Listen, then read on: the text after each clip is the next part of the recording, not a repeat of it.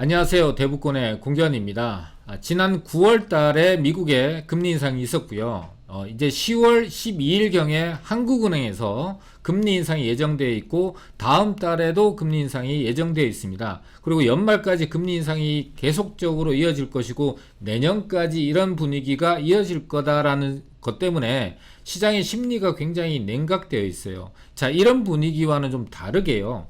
과거에 재개발이 추진됐다가 무산됐던 지역들이 속도를 내고 있다라고 합니다. 자, 내용을 좀 보게 되면은 과거 뉴타운 개발이 좌초됐던 사업지가 다시 재개발을 추진하는 등 서울의 노후주택가 재개발에 속도를 내고 있다. 특히나 서울시가 신속통합기획 제도와 모아타운 등으로 인허가 절차를 단축하고 구역 내 문제 해결에도 적극적으로 서울시가 나서게 되면서 이 속도감을 더하고 있다라고 합니다. 특히 서울의 신속통합기획 민간 재개발 지정된 곳과 후보지 100여 곳, 모아타운지 사업지와 후보지 50여 곳, 공공재개발 구역으로 30여 곳 합쳐서 180여 곳의 노후 주거지의 재개발이 진행되고 있는데요. 가장 빠르게 진행되고 있는 지역을 예를 들면은 천호동, 강동구 천호동이 구역 지정이 완료가 됐고, 그 다음에 성동구 금호동 같은 경우는 정비계획이랑 공람이 완료가 됐습니다. 그리고 중구 중림동과 중구 신당동 같은 경우는 지금 현재 정비계획안을 공람하고 있는 상황입니다.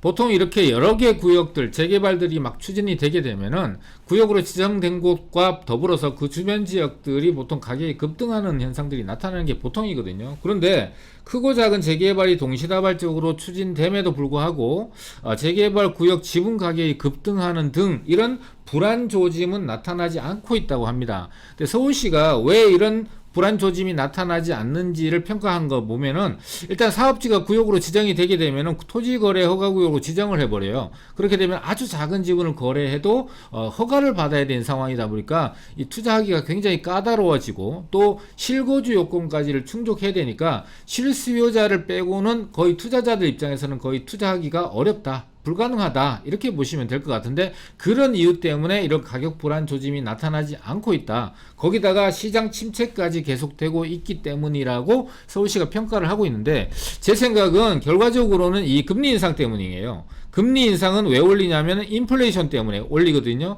인플레이션이 잡히지 않는 한, 물가가 잡히지 않는 한 금리는 계속해서 올라갈 거고, 이게 언제까지 올라갈지 모르는 상황이 계속되는 한 이런 심리가 호전되기는 어려울 거예요. 심리가 호전돼야 이 토지거래 허가구역이라는 걸 뚫고 감안하더라도 투자까지 이루어질 건데 그런 일이 발생하지 않는 거예요. 그러면 결과적으로 이 금리가 언제쯤 내려갈 것이냐, 안정을 찾을 것이냐를 알 수만 있다면 지금 이 제목처럼 뉴타운 시즌2라는 것이 시장에 나타나게 될 거라는 것이죠.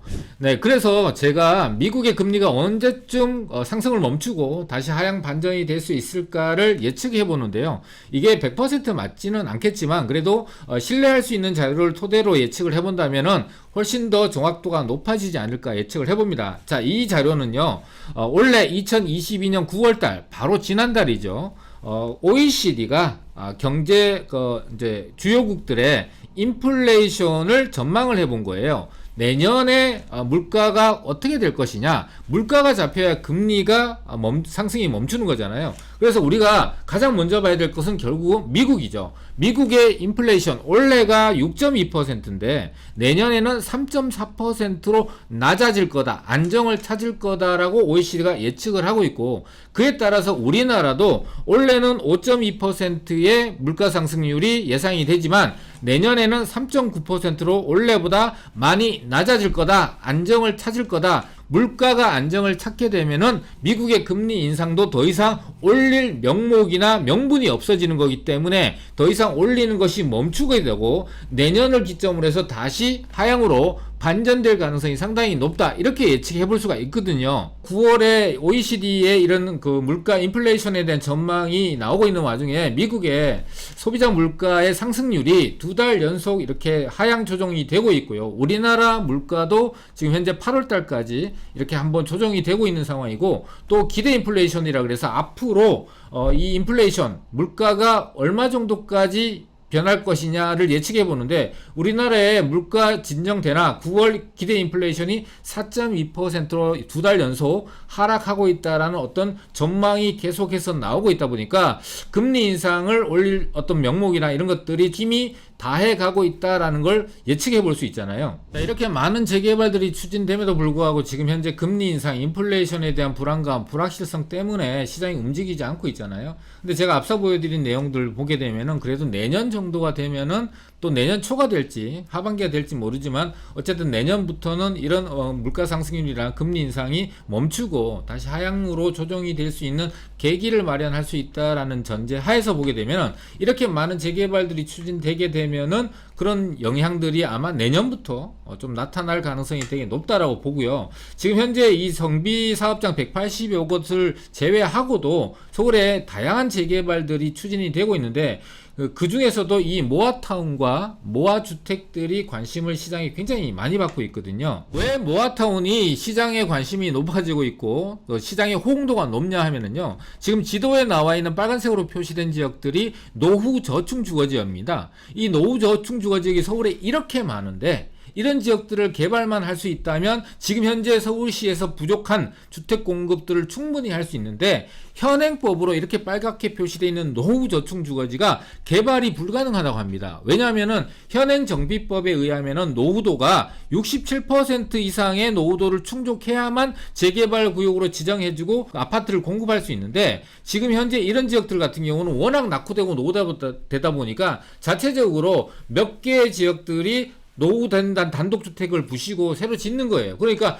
노후주택과 신축들이 혼재되어 있는 곳들은 재개발구역으로 지정을 안 해줘왔던 거예요. 모아주택, 모아타운, 가로주택 정비사업 이 소규모 재개발이라는 것은 이 사업의 노후도를 완화해버렸어요. 67%를 채워야 되는 노후도를 57%까지 낮추게 되면은 개발을 할 수 있도록 해주겠다. 구역 지정해주겠다. 거기다가 신축과 구축이 혼재되어 있더라도 개발을 추진해주겠다. 라고 하고 있고 또 서울에만 있는 2종 일반주거지역 7층 제한이 있는 지역들로 10층까지 밖에 안 해주던 거를 13층까지 해주고 또 이 2종 일반주거 7층도 서울시 오세훈 시장이 다 풀어버리겠다 하고 있는 상황이잖아요. 그리고 2종 일반 주거지역 같은 경우는 그동안에 15층까지만 허용해주던 거를 아예 층수를 제한을 폐지해버려서 20층이든 25층이든 지을 수 있도록 해주겠다. 거기다가 1종은 2종으로 2종은 3종으로 용도지역도 상향해주고 용적률도 완화해주겠다. 이렇게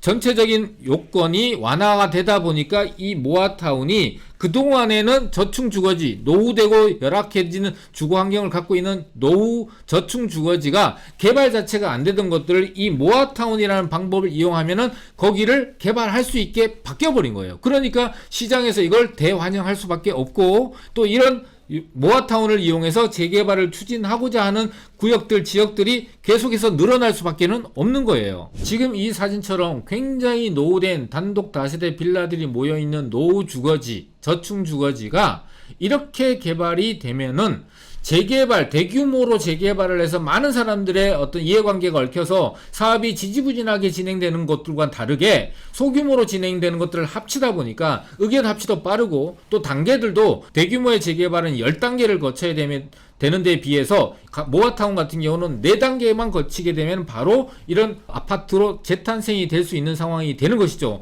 그림에서 보시다시피 지금 현재 이 노후주거지가 재개발이 되면은 370세대 정도밖에 안 되던 곳들이 1240세대 정도의 대규모 주택 공급들이 이루어지고 주거 환경도 획기적으로 개선이 되는 모습을 볼 수가 있는 겁니다.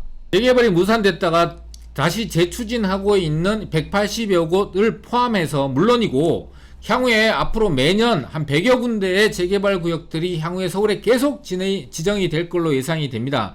여러가지 다양한 방법의 재개발을 통해서 말이죠. 모든 지역을 동시다발적으로 할 수 없다 보니까 선순위와 후순위로 나눠서 순서를 정할 수밖에 없거든요. 그 순서가 어떻게 정해지냐 하게 되면은 서울의 이 3도심을 중심으로 해서 이 바운다리 안쪽에 있는 곳들, 도심을 더욱더 주택 공급을 빨리 해주겠다. 원하는 지역이 여기니까. 실수요자들이 원하는 지역이 여기다 보니까 이 지역 내를 더욱더 빠르게 진행하겠다라고 하고 있는 것이죠.